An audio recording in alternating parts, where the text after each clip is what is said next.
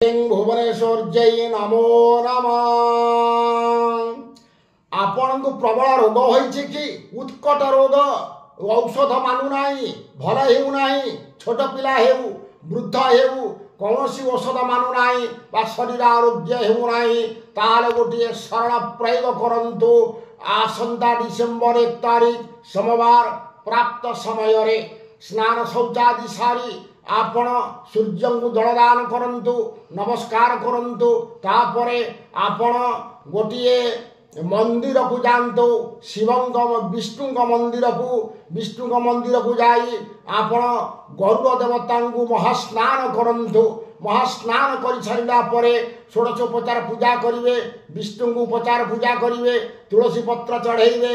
ये जो स्नान जल गरुड़ंकर गोटे शंख पात्र रे रखंतु गरुड़ स्नान जल को रखंतु। उपचार पूजा सरीगला एवं साष्टांग प्रणाम करंतु।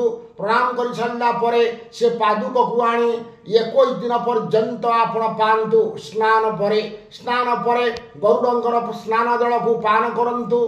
देखिबे निश्चित शरीर आरोग्य हो गरुड़ तंत्र शास्त्र रे निर्देश रही अछि। रहुची नमस्कार। जय जगन्नाथ जय मां कामाख्या।